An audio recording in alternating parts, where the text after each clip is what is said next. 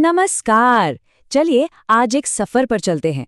कोई छोटा मोटा सफर नहीं, बल्कि पूरे 200 साल लंबा सफर। ये वो सफर है जिसने हमारे आज के भारत की, हमारे लोकतंत्र की नींव रखी। हम बात करने वाले हैं हमारे संविधान की ऐतिहासिक जड़ों की, कि आखिर वो बना कैसे।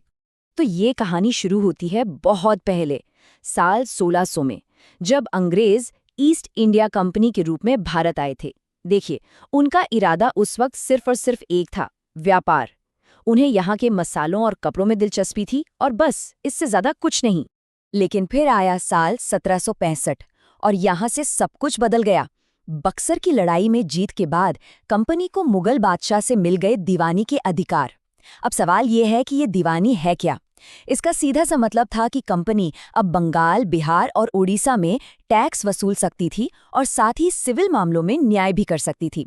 बस यहीं से एक व्यापारी कंपनी ने शासक बनने की तरफ अपना पहला और सबसे बड़ा कदम बढ़ा दिया। अब देखिए, जब एक कंपनी इतनी ताकतवर हो जाए तो जाहिर है कि लंदन में बैठी ब्रिटिश सरकार की नजरें उस पर पड़ेंगी। उनको ये बात खटकने लगी, मतलब एक प्राइवेट कंपनी के हाथ में इतनी ज्यादा शक्ति, ये तो खतरनाक हो सकता है। तो उन्होंने सोचा कि अब वक्त आ गया है इस पर लगाम कसने का। और बस यहीं से कंपनी पर कंट्रोल करने और सारी पावर को एक जगह इकट्ठा करने यानी केंद्रीकरण का दौर शुरू हुआ। और ये जो बदलाव था ना, ये हमें कुछ बहुत ही जरूरी कानूनों में साफ साफ देखने को मिलता है। सबसे पहले 1773 का रेगुलेटिंग एक्ट। इसने पहली बार ऑफिशियली ये माना कि कंपनी सिर्फ व्यापार नहीं कर रही, बल्कि एक पॉलिटिकल पावर भी बन चुकी है। फिर आया 1833 का चार्टर एक्ट, जिसने पावर को और भी ज्यादा सेंट्रलाइज कर दिया।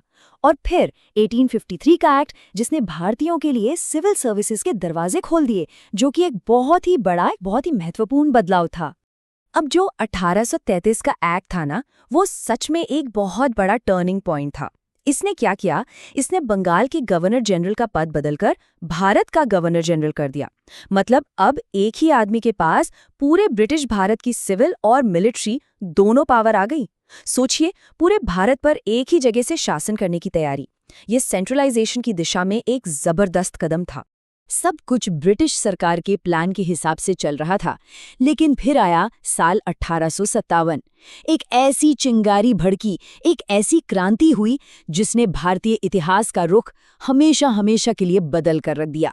जी हाँ, हम बात कर रहे हैं 1857 के सिपाही विद्रोह की, जिसे भारत का पहला स्वतंत्रता संग्राम भी कहा जाता है। और इस विद्रोह ने ब्रिटिश हुकूमत की जड़ें हिला दी। उन्हें एक बात साफ साफ समझ आ गई कि एक ट्रेडिंग कंपनी के भरोसे भारत जैसे इतने बड़े देश पर राज करना नामुमकिन है। सत्ता में एक बहुत बड़ा बदलाव आया और इसी के साथ ईस्ट इंडिया कंपनी का राज हमेशा के लिए खत्म हो गया और एक बिल्कुल नए दौर की शुरुआत हुई। तो अब कंपनी का शासन खत्म और भारत आ गया सीधे ब्रिटिश क्राउन यानी ताज के शासन में। अब इस दौर की शुरुआत तो हुई डायरेक्ट रूल से, लेकिन धीरे धीरे आज़ादी की लड़ाई के दबाव में ऐसे कानून भी आने लगे जिनसे भारतीयों की भागीदारी थोड़ी बहुत बढ़ने लगी। और ये दौर चला 1947 में हमारी आज़ादी तक। तो ये हुआ कैसे? ये हुआ 1858 के गवर्नमेंट ऑफ इंडिया एक्ट से। इस एक्ट ने ईस्ट इंडिया कंपनी को पूरी तरह से खत्म कर दिया। अब भारत का शासन सीधे ब्रिटिश पार्लियामेंट के हाथ में था, और जो गवर्नर जनरल की पोस्ट थी उसे एक नया नाम मिला, वाइसराय। वाइसराय मतलब वो इंसान जो भारत में सीधे सीधे ब्रिटेन की महारानी को रिप्रेजेंट करता था। अब एक मजेदार बात देखिए, ये सारे कानून, ये सारी व्यवस्थाएं बेशक अंग्रेजों ने हम पर थोपी थी, लेकिन जाने अनजाने में इन्हीं चीजों ने हमारे आज के एडमिनिस्ट्रेशन और लीगल सिस्टम की नींव रख दी।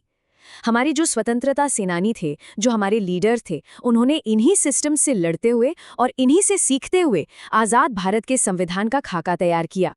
और फिर वो दिन आया जब आखिरकार सत्ता भारत के अपने नेताओं के हाथों में आई।